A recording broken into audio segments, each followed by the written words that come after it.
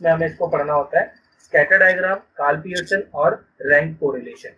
आप देखोगे अगर आपका जो दोनों डाटा का, दोनों वेरिएबल्स की जो वैल्यू आ रही है कुछ इस तरीके से आए, मतलब दोनों की दोनों वैल्यूज क्या हो रही हो आपकी, बढ़ रही हो एक ही डायरेक्शन में। जब दोनों की दोनों एक ही डायरेक्शन में ऊपर की तरफ बढ़ रही होती है तो आपकी जो रैंक कोरिलेशन होती है वो +1 कहलाती है। इसे हम कहते हैं perfect positive correlation, perfect positive correlation. वहीं पर अगर ये परफेक्ट नेगेटिव कोरिलेशन कब होगी, जब वो नीचे की तरफ आ रही होती है। जब वो नीचे की तरफ आ रही होती है, डाउनवर्ड स्लोपिंग होती है, तो परफेक्ट नेगेटिव स्लोपिंग। और वही चीज जब ऊपर की तरफ जा रही होती है तो परफेक्ट पॉजिटिव कोरिलेशन।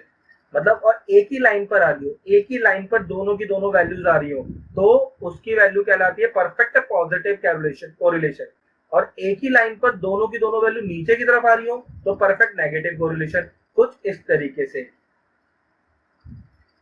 अगर आप इन दोनों लाइनों को ध्यान से देखो तो अगर मैं इस लाइन को उठाकर, अगर मैं इसके साथ थोड़ा सा वैल्यू को देखूं, देखो अगर इस लाइन को उठाकर हम इस तरीके से कैच करें, देखो ये एक तरह से एक दूसरे के एकदम साथ में जा रही है और एक दूसरे के एकदम ऊपर आ जाएगी लगभग लगभग। अगर हम इसे स्केल से खींचते तो एकदम एक दूसरे के ऊपर आ जाती है। तो जब कोई चीज एकदम एक दूसरे के ऊपर आ जाती है तो ऐसी चीजों को हम कहते हैं परफेक्ट पॉजिटिव कोरिलेशन। बट वहीं पर अगर एक दूसरे के एकदम अपोजिट आए, एक दूसरे के एकदम अपोजिट आए तो उस चीज को हम यहाँ पर नाम देते हैं बेटा नेगेटिव कोरिलेशन। जब दोनों ही एक दूसरे के एकदम नेगेटिव उल्टा आ रहा हो तो ऐसी चीजों को हम लोग यहाँ पर नाम देते हैं नेगेटिव कोरिलेशन। आप इसमें भी देखेंगे तो आप देखो इसमें ये एकदम उल्टा आ रहा है, एकदम उल्टा। ये अगर इंक्रीज हो रहा है तो वो डिक्रीज हो रहा है, वो डिक्रीज हो रहा है तो वो इंक्रीज हो रहा है। तो आप यहाँ पे देखेंगे एकदम उल्टा हो रहा है। जब एकदम उल्टा होता है तो उस चीज को हम नेगेटिव कोरिलेशन कहते हैं और एकदम सीधा होता है तो हम उसको यहाँ पर क्या नाम देते हैं, पॉजिटिव कोरिलेशन नाम देते हैं। ये बात समझ में आ रही है? तो वही चीज मैंने यहाँ पर दिखाई आप लोगों को, परफेक्ट पॉजिटिव कोरिलेशन और परफेक्ट नेगेटिव कोरिलेशन। दो वेरिएबल्स के दोनों डाटा अगर सेम आ रहे हो, दोनों डाटा एक जैसे ही आ रहे हो तो ऐसे डाटा को हम लोग कहते हैं परफेक्ट कोरिलेशन और नेगेटिव कोरिलेशन। बट अगर डाटा बिखर जाए, डाटा क्या हो जाए, देखो बिखर रहे हैं यहाँ पर, आप देख रहे होगे यहाँ पर भी बिखर गए, तो यहाँ हाई डिग्री ऑफ वैल्यू आ जाती है, high degree of positive correlation और high degree of negative correlation. Same यहाँ पर आप देखोगे और ज्यादा बिखर गया डाटा। जब डाटा और बिखर गया तो उसे कहते हैं डायग्राम है। हाँ बेटा, तो ये दोनों मतलब दो चीजों के जो हम डेटा लेते हैं वो उन्होंने एक में कंबाइन करके बना रखा है। हाँ, एक्स और वाई की तरीके से हमारे पास जो भी डेटा होगा वो एक्स और वाई के रूप में होगा। तो जो एक्स वाला डाटा है और जो वाई वाला डाटा है वो दोनों के दोनों मिलकर एक ही तरफ जा रहे होंगे, दोनों के दोनों डाटा।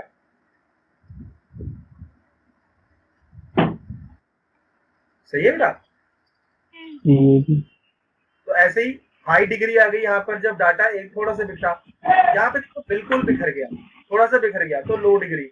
और यहाँ पे देखो डाटा में कोई वो ही नहीं है, इस वाले में देखोगे तो डेटा में कोई भी रिलेशन ही नहीं है, सब कुछ इधर उधर भाग रहा है तो नो कोरिलेशन। यहाँ पर भी देखो डेटा में कोई रिलेशन नहीं है, यहाँ बढ़ रहा था यहाँ घट रहा है, ऊपर जा रहा है नीचे जा रहा है, कोई रिलेशन नहीं है। तो ऐसे रिलेशन को हम नाम देते हैं बेटा नो कोरिलेशन।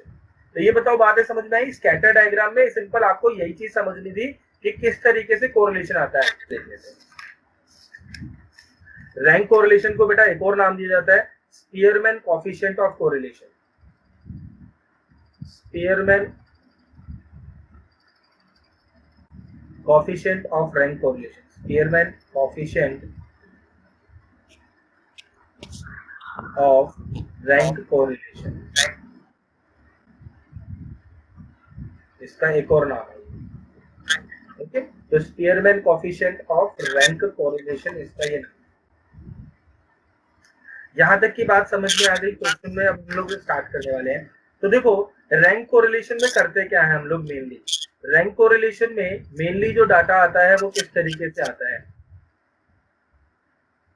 तो रैंक कोरिलेशन मेनली जो डिस्कस करता है आप लोगों से सिंपल जो चीजें, दो जज होंगे फॉर एग्जांपल आपके सामने, उन दो जज, जैसे मान के चलो आप लोग देखते होंगे बहुत सारे वो आते हैं हमारे टीवी शो पे, बहुत सारे टीवी शो आते हैं और उन टीवी शोज पे बहुत सारे जजेस बैठे होते हैं, बहुत सारे क्या, दो तीन जजेस होते हैं। और वो तीन जजेस क्या करते हैं, जो कंटेस्टेंट होते हैं उनको रैंक्स देते हैं।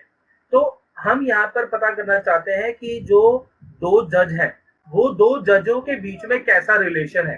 तो अगर हम उन दोनों जजों के बीच में कोरिलेशन फाइंड करने में कैसे पता करेंगे, वो कैलकुलेशन हम रैंक कोरिलेशन के अंदर देखने वाले हैं। एक चीज और, अब कैसे पता चलेगा कि कौन सा जो जज है वो अच्छी तरीके से रैंक दे रहा है और कौन सा जज जो है वो बेकार गलत रैंक दे रहा है। तो वो सारी चीजें, या वो उन दो, देखो जज अपनी मर्जी से रैंक देता है बेटा, जज के कोई भी वो नहीं है। जज को जो लगा कि अब मुझे फॉर एग्जांपल मेरे लिए कोई चीज जज करने की बात आई, तो मेरे हिसाब से कोई चीज बहुत अच्छी हो सकती है, बट वही जो चीज मेरे लिए अच्छी है वो तुम लोगों के लिए क्या हो सकती है, बेकार हो सकती है। और कभी कभार जो चीज तुम लोगों के लिए बहुत अच्छी है वही चीज मुझे लगती है कि वो बहुत बेकार है। तो ऐसा हो सकता है। तो जज के लिए कोई चीज वो नहीं है, जज है वो, उसके पास राइट है किसी को रैंक देने का, किसी को रैंक ना देने का। तो उसी रैंक को हम यहाँ पर कैलकुलेट कर रहे हैं कि भाई ये जो दो जज हैं या जो भी आपस में हम मान के चलो जो दो जने जज के रूप में खड़े हैं, उन दोनों जजों के बीच में कैसा रिलेशन है। तो उस रिलेशन के लिए हम रैंक कोरिलेशन को फाइंड करेंगे मेनली। इज इट डन बेटा? इज इट डन बेटा? जी। और रैंक कोरिलेशन को हम लोग लिखते किस तरीके से हैं वो देख लेते हैं। तो rank correlation is mainly what, इसको हम R से डिनोट करते हैं, और इसका जो फॉर्मूला होता है 1 minus 6 summation of d square upon में n की क्यूब माइनस n की क्यूब माइनस n। तो rank correlation is equal to R is equal to 1 minus 6 summation d square n की क्यूब माइनस n। ये इसका बेटा एक छोटा सा फॉर्मूला है, कैसे करते हैं उनको देखेंगे। तो इससे पहले हम ये देख लेते हैं इसके टाइप्स कितने हैं, टाइप्स ऑफ रैंक कोरिलेशन। तो बेटा ये तीन तरीके के होते हैं टाइप्स ऑफ रैंक कोरिलेशन हमारे पास। पहला जो टाइप होता है उसमें इक्वल भी होंगी। तो ये तीन तरीके के क्वेश्चंस आपके सामने आएंगे इसके अंदर। एक तो होगा जिसमें रैंक गिवन होगा, एक क्या होगा जिसमें रैंक गिवन नहीं होगा, रैंक गिवन नहीं होगा तो हमें रैंक देना पड़ेगा, और तीसरा टाइप होगा जिसके अंदर रैंक गिवन होगा, नहीं गिवन होगा, और रैंक जब हम दे रहे होंगे तो उसमें भी रैंक क्या होंगी, वो इक्वल आ जाएंगी कुछ। कैसे करते हैं क्वेश्चन वो देखते हैं। तो पहला क्वेश्चन देखते हैं जिसके अंदर व्हेन रैंक्स आर गिवन। पहला जो टाइप है उसमें हम देखते हैं व्हेन रैंक्स आर, पहला method when ranks are given.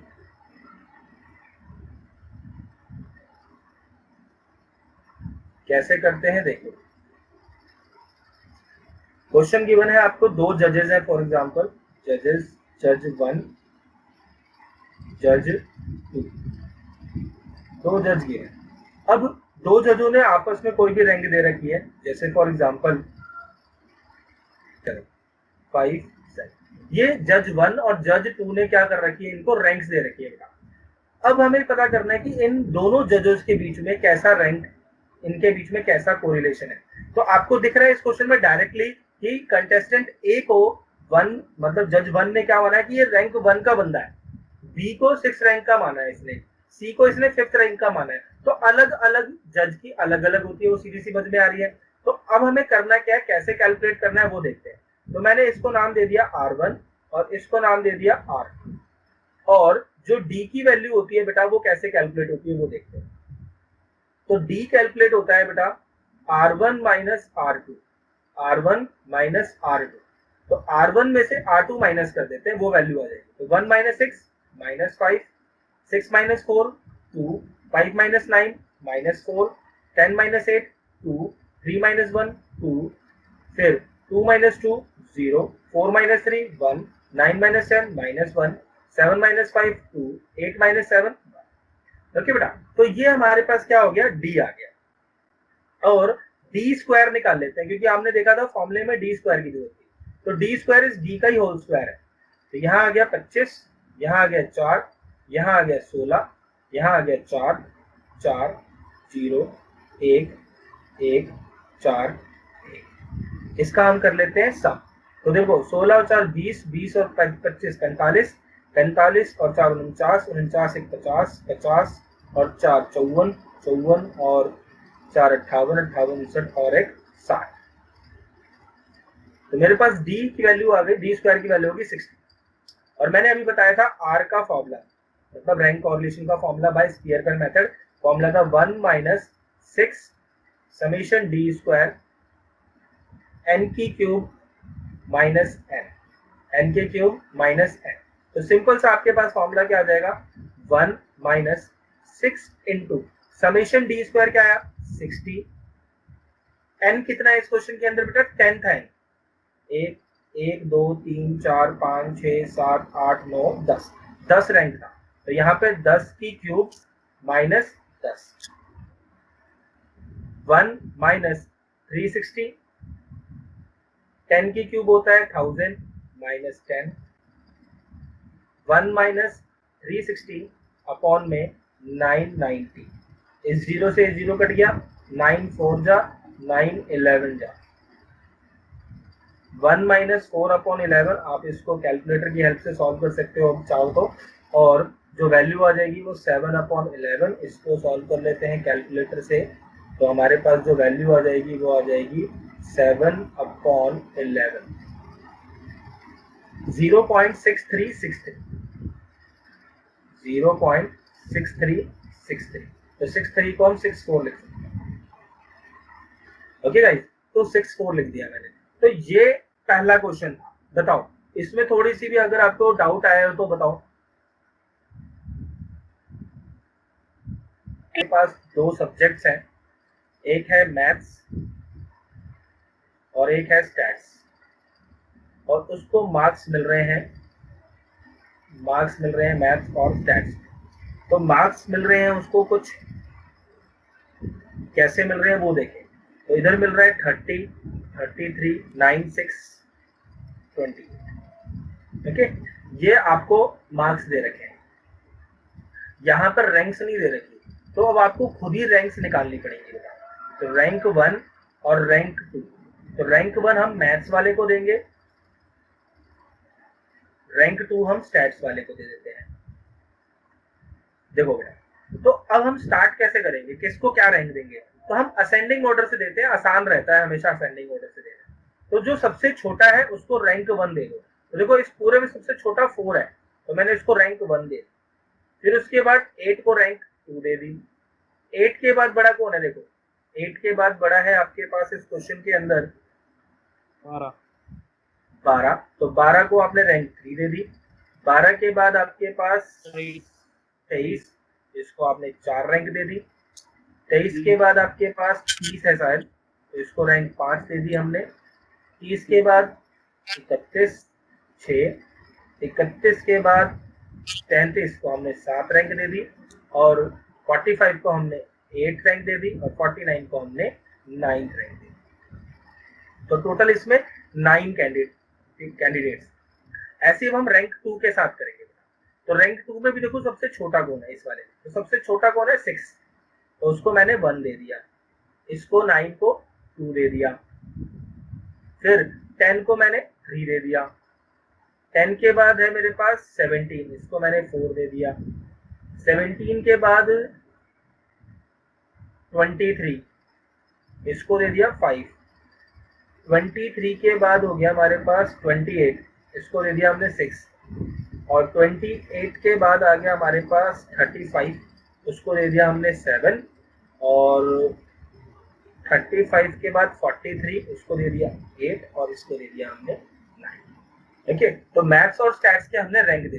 अब सेम वही तरीका करना है जो अभी हमने किया, D is equal to R1 minus R2, तो simple 5 minus 7 minus 2, 7 minus 5 2, 8 minus 9 minus 1, 4 minus 4 0, 2 minus 3 minus 1, 9 minus 8 1, 3 minus 2 1, 1 minus 1 0, 6 minus 6 0। अब कर देना है मुझे D का स्क्वायर, तो D का स्क्वायर कितना हो गया 4 4 1 0 1 1 1 0 0। फॉर्मूले में पुट कर देना है। R की वैल्यू क्या थी 1 minus 6 summation d square n की क्यूब माइनस एन, तो 1 माइनस 4 4 8 9 10 11 12, तो इसकी वैल्यू यहाँ पर आ गई 12, तो 6 इंटू 12 9 की क्यूब माइनस 9, 1 माइनस 72, 12 होता है, और 9 में 81, 81 में 729, 729 माइनस 9, 1 माइनस 72, यहाँ आ गया 720, इसकी वैल्यू हो गई 1/10, तो 1 माइनस 0.1, और आई एम कह सकता हूँ यहाँ पे 0.9। तो बेटा इसके बीच में आपने देखा very high degree of correlation, very high degree of correlation, मतलब जिस बच्चे की मैथ्स खराब है तो उस बच्चे की स्टैट्स भी खराब है, और जिस बच्चे की मैथ्स सही है तो उस बच्चे की स्टैट्स भी बहुत अच्छी है। Very high degree of correlation. हम बड़े से भी कर सकते हैं ना? हाँ बेटा कर सकते हैं। ओके, यहाँ पर आपने